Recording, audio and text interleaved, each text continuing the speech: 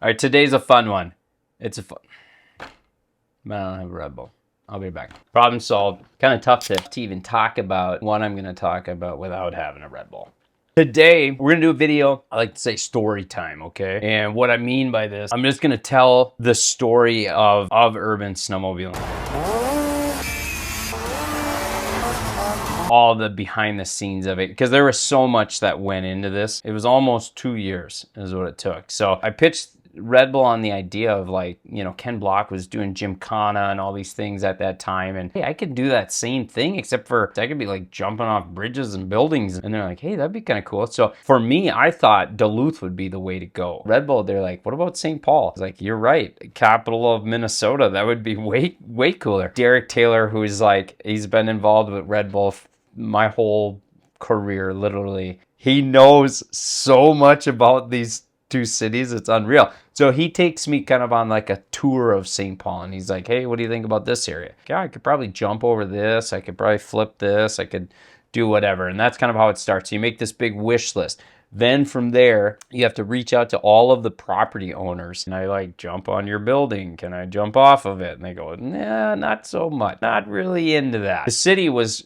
super helpful. The police department was awesome. From the wish list to what we can do. Once we locked in, like, here's the features, this is what we're gonna do. Then we went down, the compound crew and myself, who's a few of my buddies, you know, they've been involved with all this stuff, all these jumps and stuff over the years. And so we all went down to the cities and like kind of surveyed each place. This is how high it is, this is how long, these are the measurements, so that we could replicate them at my shop. Once we replicated them, then I could practice them in a more controlled environment. So when we got to the shoot, go out there and rifle off all these different crazy stunts without having to learn how to do it and whatnot. So by the time I got to St. Paul, I mean, I was able to just go and hit something twice and be able to backflip it. It was pretty easy that way because I'd already practiced it for a month.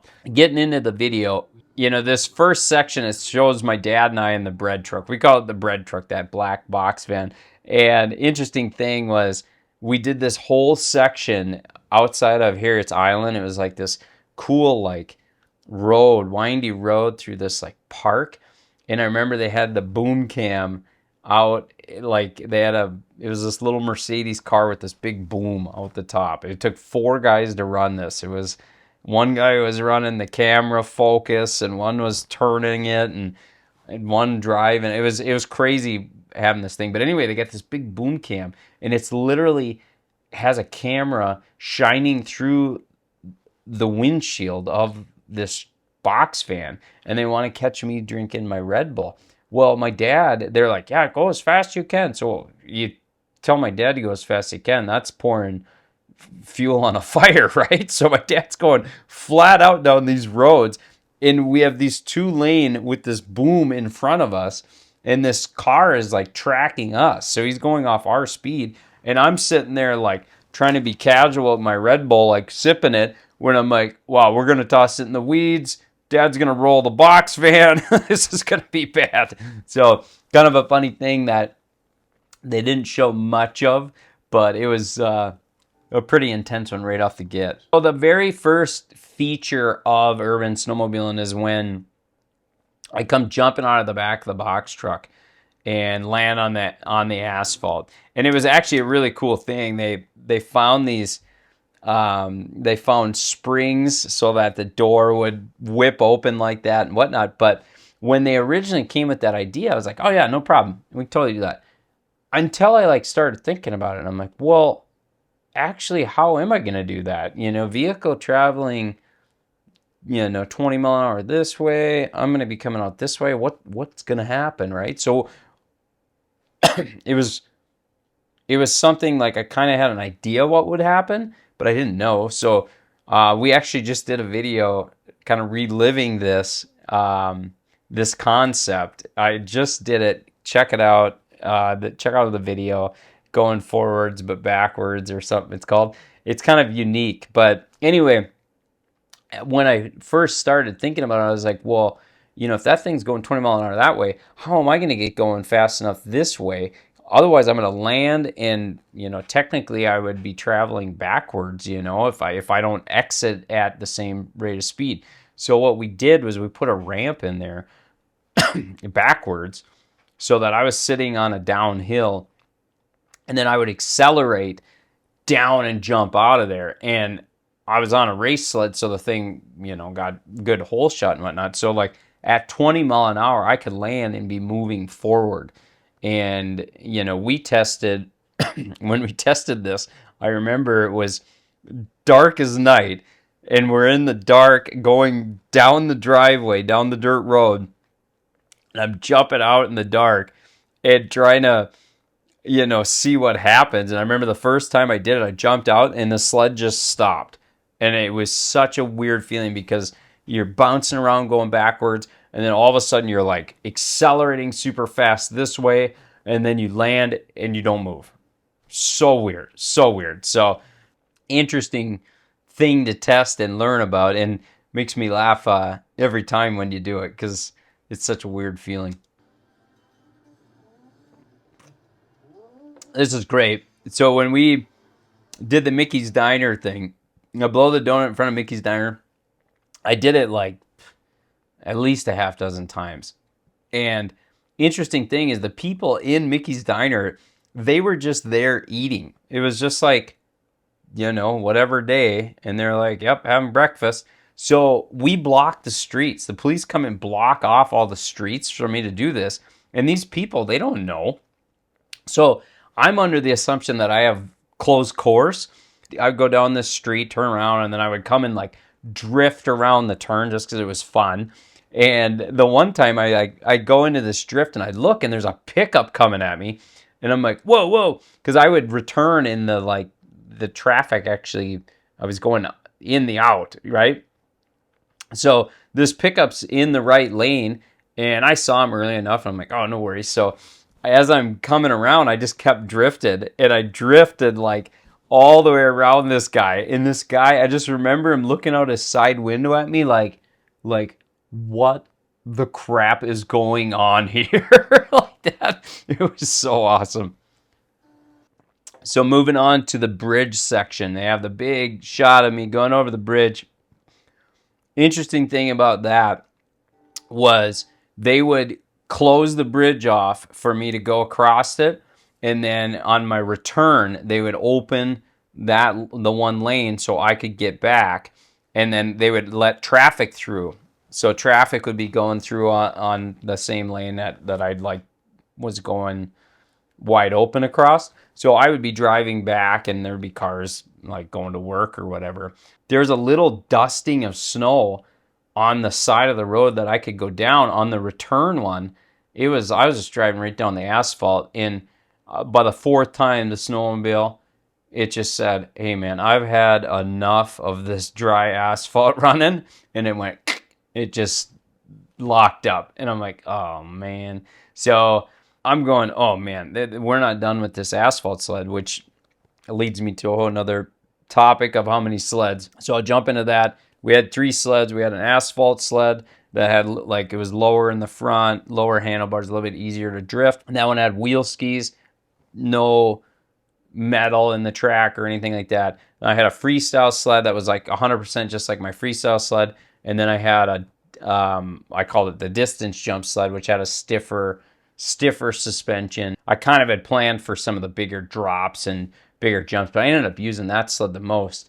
That's the one that I kept actually as my trophy sled for urban snowmobiling. But anyway, so I have these 3 sleds. I burned this one up on the bridge, and the race team, Team LaVallee, was out in Deadwood for snowcross, and all of Polaris Racing was out in Deadwood for snowcross. So it's like getting parts is not going to happen. So I called ERX and I said, hey, ERX at that time, or Carlson Motorsports, at that time, they raced snowcross, Andrew Carlson and whatnot. So I called them and said, hey, can we get some pistons and a cylinder? Do you guys have that at the shop at ERX? And they said, well, we got some used stuff you can take.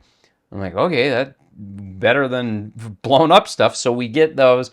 We put it in, sled's running, yeah, I mean, running like used piston and cylinder would, but it ran. It was a lot better than what I had. So it was enough to spin a track on asphalt. So I'm like, hey, problem solved. So we got it back in the game, and we got the asphalt sled back. So once we get across the bridge, we do a little bit of sashaying, but then it pulls me up to the Capitol step up. So the Capitol step up, there's a lookout platform next to the Capitol building. And I remember when they brought me there originally, I looked at it and I was like, oh, I could step up that. I could climb that hill, put a ramp, and jump right up there, probably even backflip it.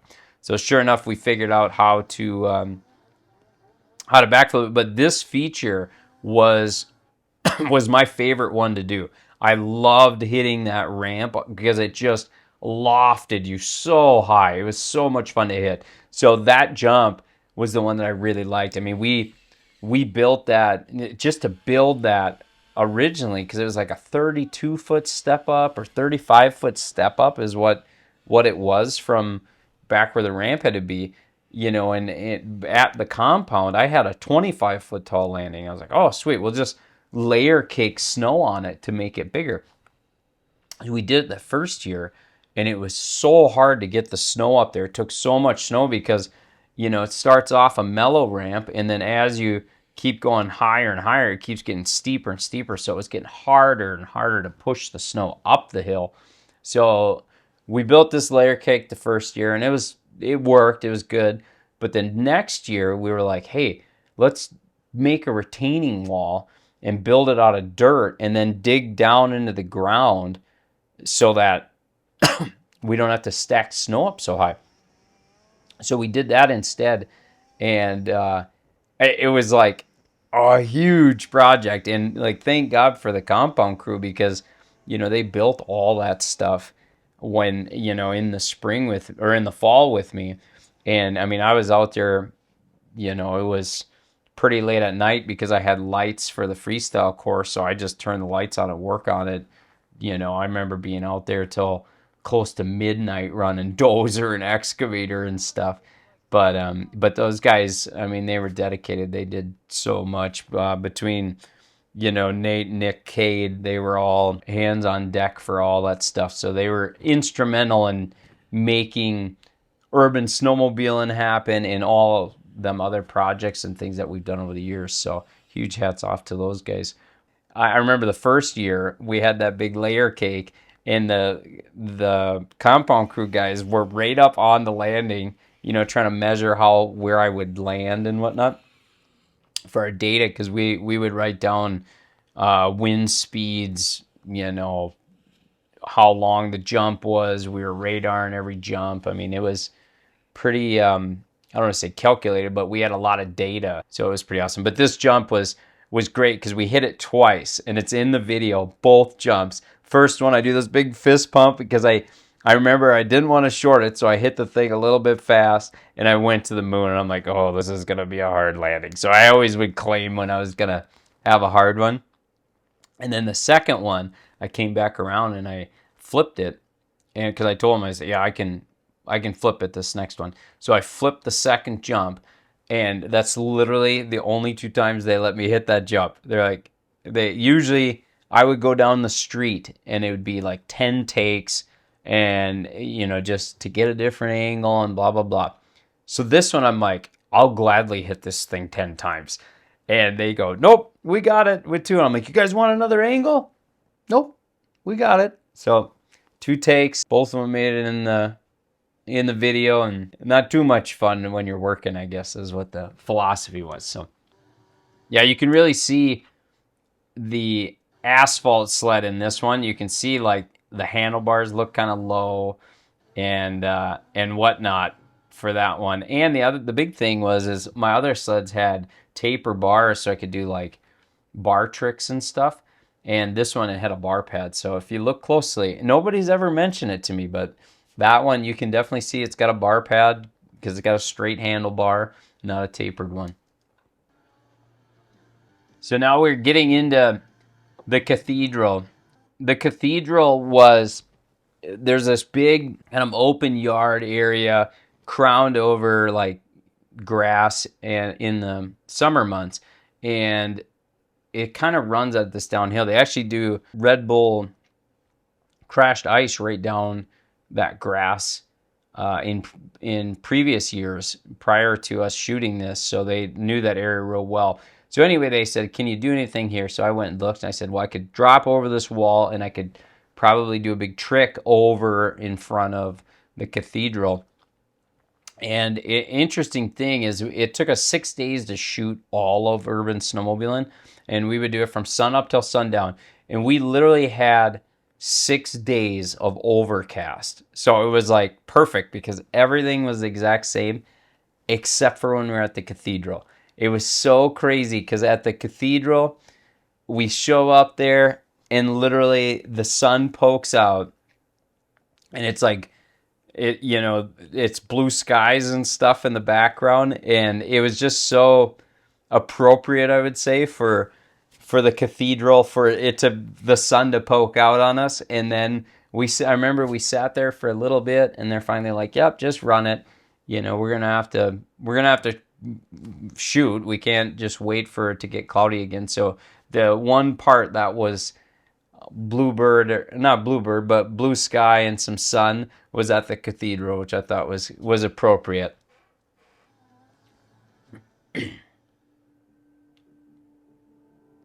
When I got to the courthouse, and they load me up on a big telehandler and put me up on the roof of it. Originally, what I was supposed to do is I was supposed to come in, and we had a ramp that we were going to step up on over the wall, and I was going to land up there. So I had been practicing at the shop, this lobbying up on there. And what ended up happening is there was a little tree that they had planted that was on the sidewalk, and it was right in the way of like the path of where I would have had to have gone to get up there. And we looked at it trying to figure out how we're going to get around it. Are we going to try to like strap the tree off to the side because it was bushing out and whatnot? And eventually they just said, hey, we're just going to telehand you up there, we're just going to lift you up there, which I said, okay, fair enough, because it was kind of a narrow landing up there. There wasn't a lot of space, and it was probably a 20-foot step up or so over a concrete wall and all that stuff. So I was kind of like, well, I'm okay with that. That's fine. So so they just telehanded me up there. Now the off jump was kind of an interesting one because you can see it's a very short jump.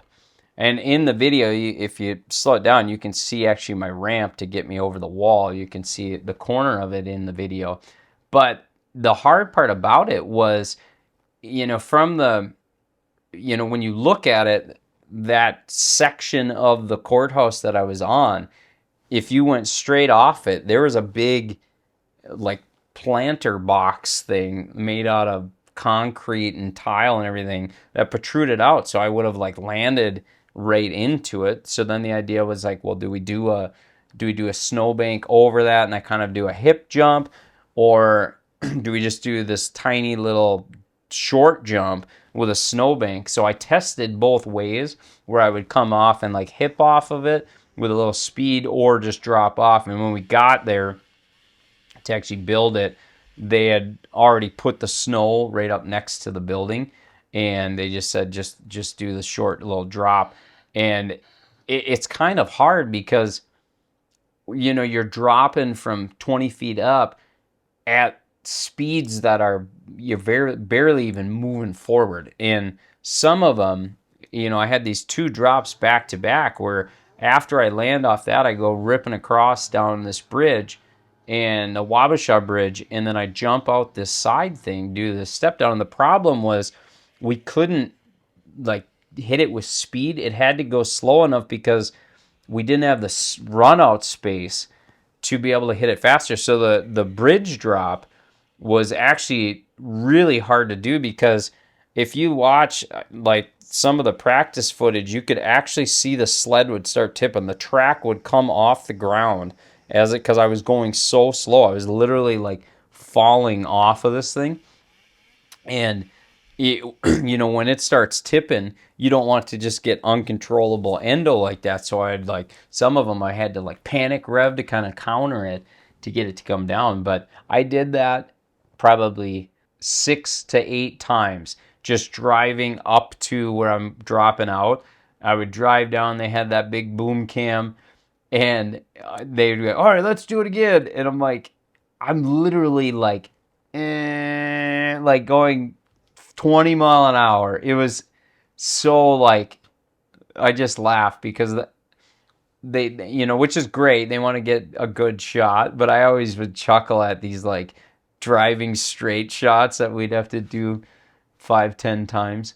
So once we got to this bridge, what's really fun to do, I like to do it, is I stop and start the video, and when you get to where I'm coming off of that bridge and you look down, you can't even see the landing, so the nose of the sled is covering the landing because it was such a short jump. But this, when you stop it, it's really an interesting view because that road, the bridge underneath that I jumped down to, ran at an angle, and you can see off to my left it goes down to the Mississippi, and off to the right is obviously the bridge running at an angle. So to make that jump, you had to like really go slow enough so you could hit that downslope, because if you overshot it, you'd run into the guardrail on the other side of the lower bridge.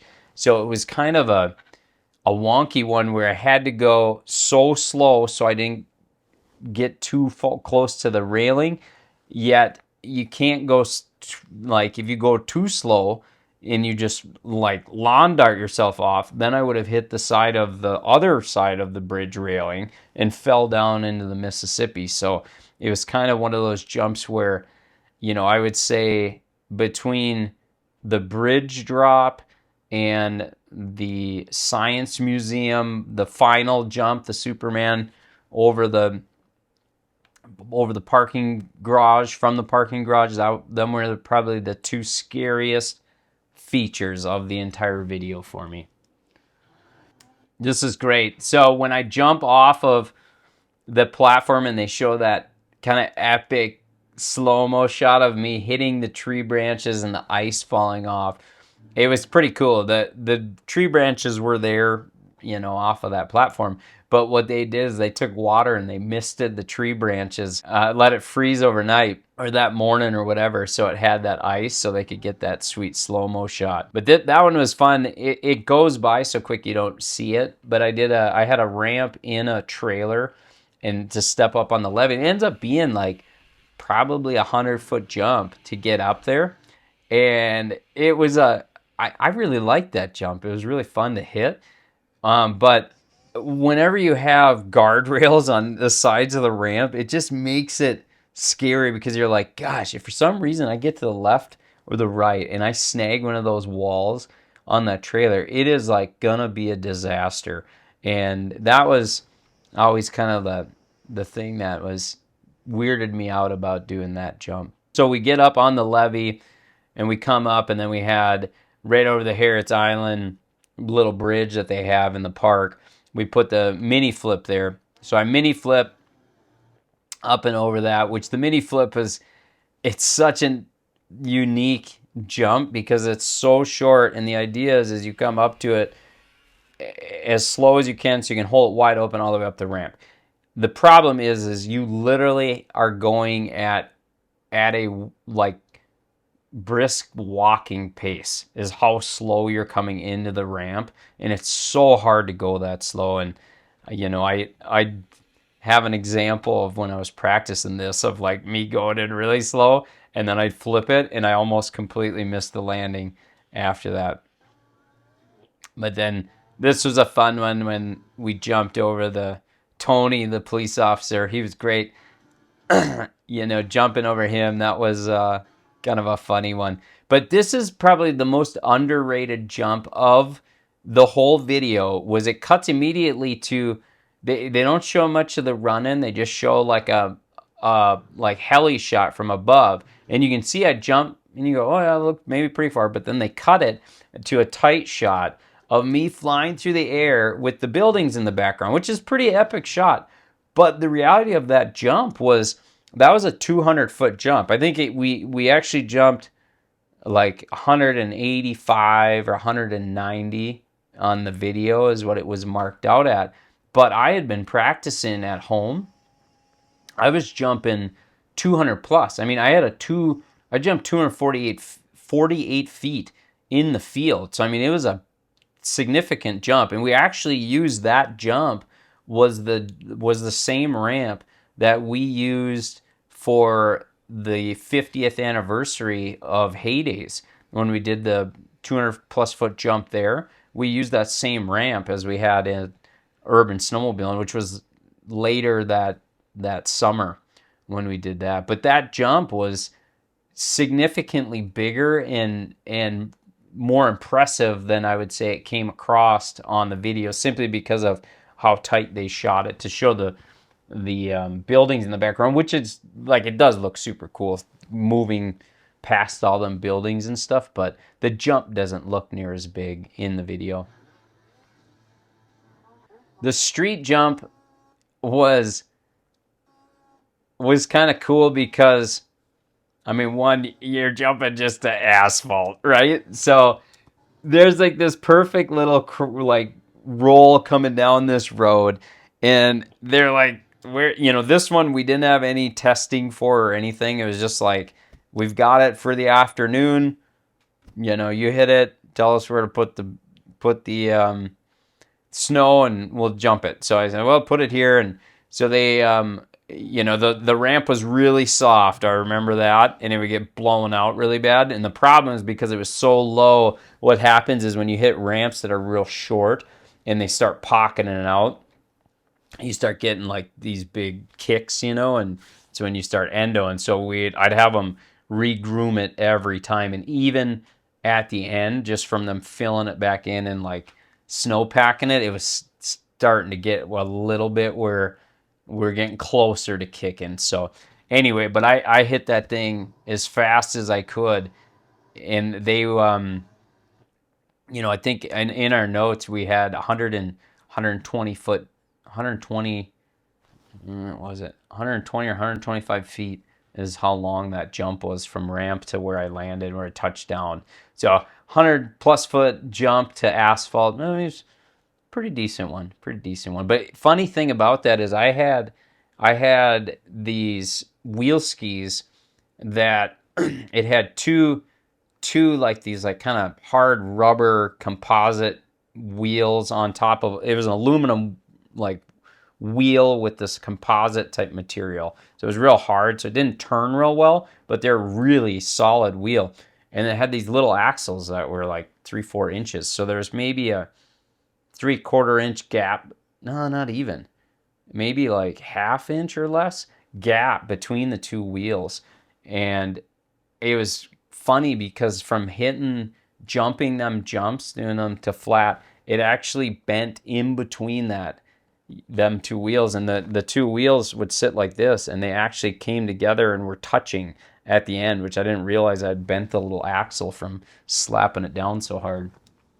The parking garage was pretty awesome. So parking garage was literally end of video, end of shoot.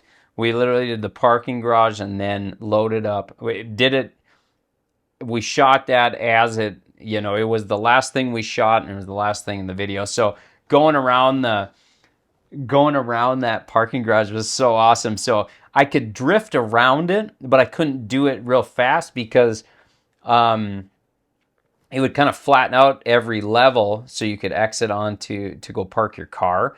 But the one side was perfect on all of them.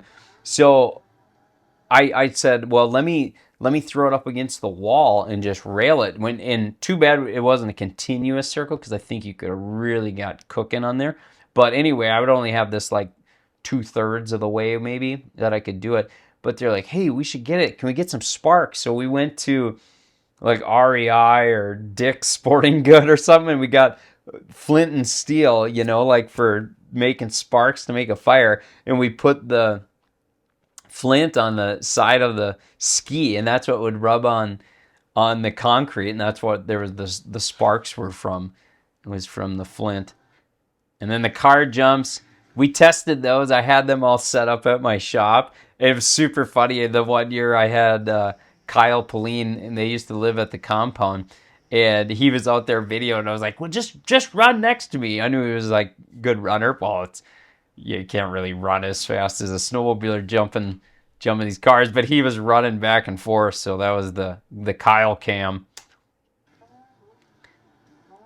So this jump from the parking garage over to the Science Museum yard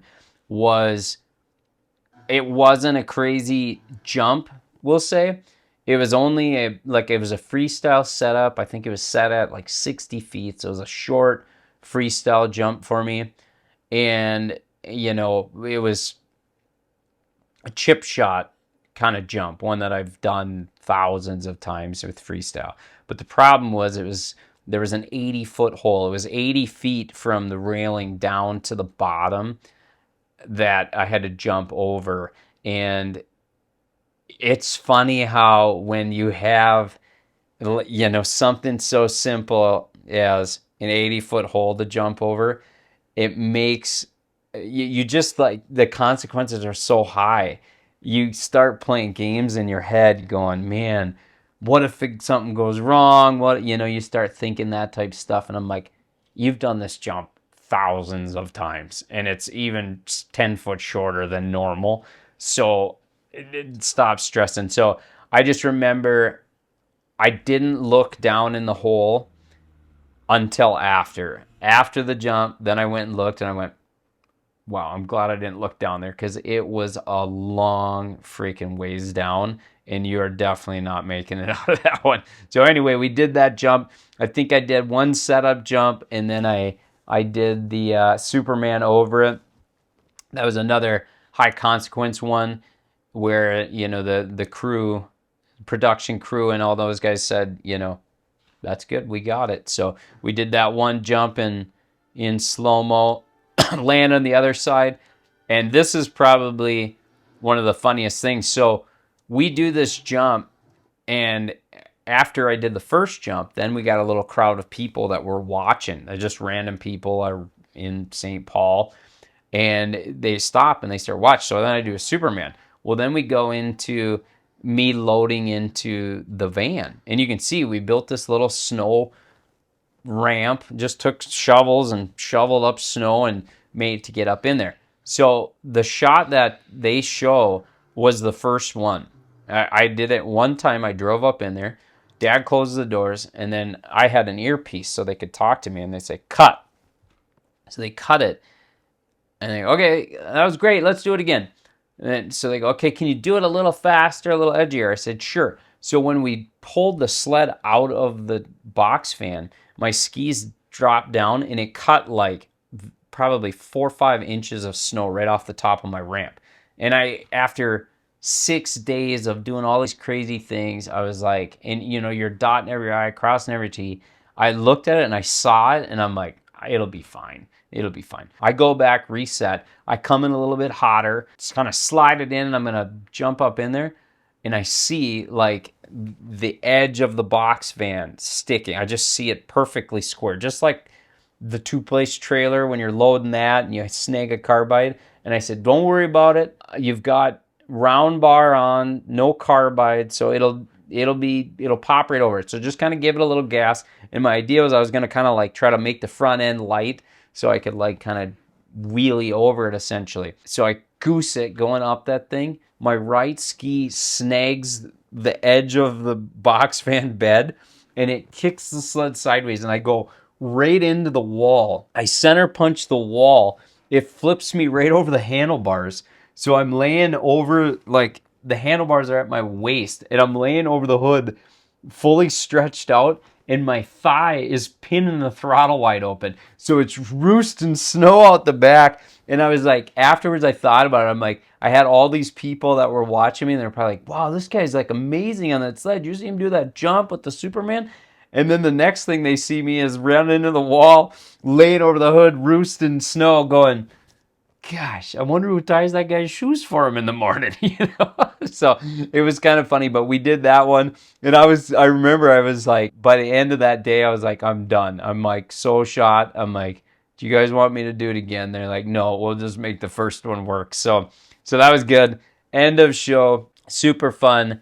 And that was a dream come true for me to be able to go turn a city into my personal playground. So that's it. There it is. I got to live out my dream by making a city into my snowmobile playground. So if you guys got any questions or comments, or you just want to know more about it, drop them in the comments below, and I'll do my best to reply to them. But hey, appreciate you guys checking it out. Thank you, and we'll see you next time.